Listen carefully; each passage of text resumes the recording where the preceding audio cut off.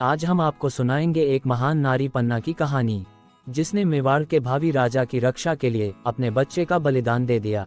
पन्ना राजमहल में धाये थी।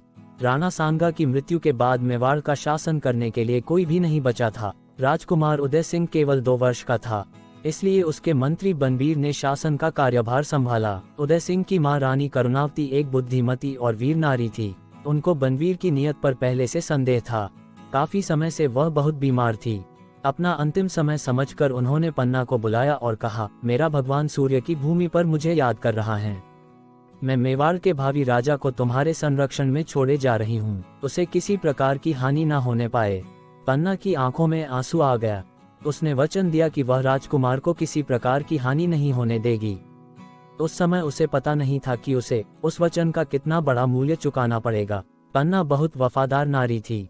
उसने बच्चे का लालन पालन मां की तरह किया।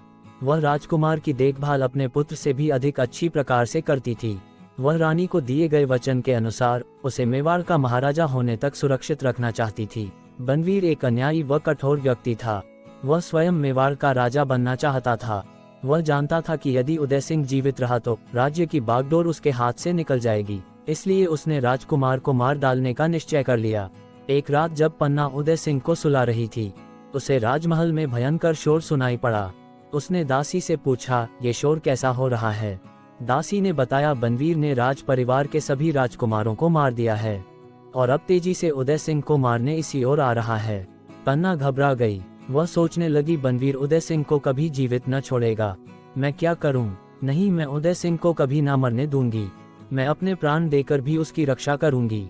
वह झटपट अंदर गई और एक टोकरा उठा लाई। उसने राजकुमार को टोकरे में लिटा दिया और उसे पत्तों से ढक दिया। तब उसने एक विश्वसनीय दासी से कहा, जल्दी करो, इसे छुपाकर यहाँ से चित्तौड़ की सीमा से बाहर ले जाओ। दासी ने टोकरा उठाया और तेजी से बाहर निकल गई। कुछ क्षणों के लिए पन्ना ने संतोष की सांस ली, परंतु तुरंत ही वह कुछ सोचकर घबरा उठी। उसने सोचा, यदि बनवीर आएगा और उससे पूछ लिया कि उदय सिंह कहाँ है, तो वह क्या उत्तर देगी। उसे तुरंत एक युक्ति सूझी। उसने अपने बच्चे को राजकुमार के कपड़े पहना दिए और उसे राजकुमार के स्थान पर पालने में लेटा दिया और स्वयं उसके पास बैठ गई। कुछ ही क्षण बाद बनवीर हाथ में नंगी तलवार लिए कमरे में आया और उससे गरजकर पूछा, बताओ उदय सिंह कहाँ है? पन्ना भय से कांप उठी। वह कुछ न बोली। उसने पालने की ओर संकेत कर दिया, जिसमें उसका बच्चा लेटा हुआ था। बनवीर लपक कर उसकी ओर बढ़ा और बोला, ले, आज मैं तुझे अब हमेशा के लिए नींद की गोद में सुला देता हूँ। ये कहकर उसने तलवार उठाए और एक ही बार में बच्चे के 2 टुकड़े कर दिए।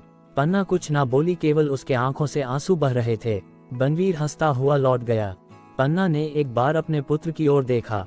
पलने में उसके शरीर के 2 टुकड़े पड़े थे, जिनसे रक्त बह रहा था।